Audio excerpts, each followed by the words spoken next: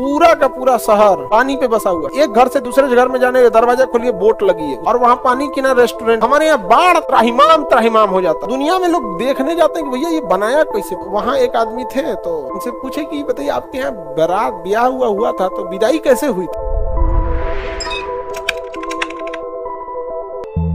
देखिए ब्रह्मपुत्र के मैदान की समस्या क्या है कि यहाँ से ब्रह्मपुत्र नदी बहुत ज्यादा सिल्ट ले आती है। सिल्ट मतलब होता है मिट्टी काट के लाती है। अब जब केवल पानी रहे तो कोई दिक्कत नहीं आता है, जब मिट्टी काट के लाती है ना तो नदियों के अंदर जल धारण की क्षमता कम हो जाती है, जिस वजह से नदियां उफान कर देती है।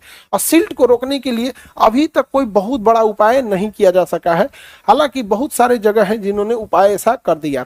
इटली का एक शहर है वेनिस, विलियम शेक्सपियर की एक किताब भी है मर्चेंट ऑफ वेनिस। पूरा शहर नदी पे पानी पे बसा हुआ है, पूरा शहर पानी पे। एक घर से दूसरे घर में जाने का दरवाजा खोलिए, बोट लगी है, उसमें बैठ के वहां जाइए। पूरा का पूरा शहर पानी पे बसा हुआ है और वहां पानी किनारे रेस्टोरेंट है, यहाँ महकने लगेगा, बर्बाद कर देगा उस शहर। हमारे यहाँ बाढ़ 25 दिन के लिए आता है, त्राहिमाम त्राहिमाम हो जाता है। और वो पूरा वेनिस शहर दुनिया में लोग देखने जाते हैं कि भैया ये बनाया कैसे। पूरा समुद्र में शहर है, हर गली में जाने के लिए मोटरसाइकिल ये सब नहीं नाव चलता है वहाँ। हमारे यहाँ ऐसा नहीं है। तो सिल्टेशन एक बहुत बड़ी समस्या है। अब हर मैदान की विशेषता एक जैसी होती है कि वहाँ उपजाऊ ज्यादा होगा, सिल्टेशन ज्यादा समस्या होगी, जनसंख्या ज्यादा हो जाएगा, क्योंकि आज से जनसंख्या कोई एक दिन की चीज तो होती नहीं है। हजारों साल की मेहनत, मतलब एक शहर बसाने में कितनी मेहनत लगती है, गाँव तहसील सड़क ये सब बनाने में, तब जाके शहर बसता है। और शहर जल्दी माइग्रेट नहीं होता है, क्योंकि आप अगर मान के चलिए आप पैसा कमा भी लिए तो खूब से खूब अपने जिला में चले जाएंगे, यही ना चले जाएंगे, और बहुत कमा लिए तब दिल्ली मुंबई शिफ्ट होइएगा।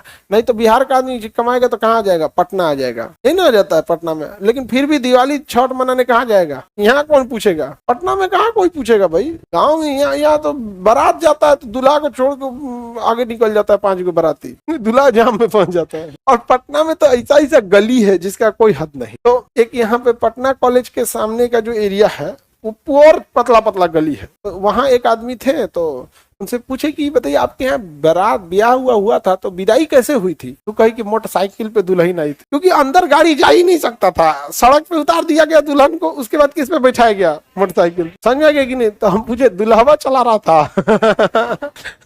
अब गली रहेगी पतली पतली तो जनसंख्या क्या हो गई, ज्यादा हो गई।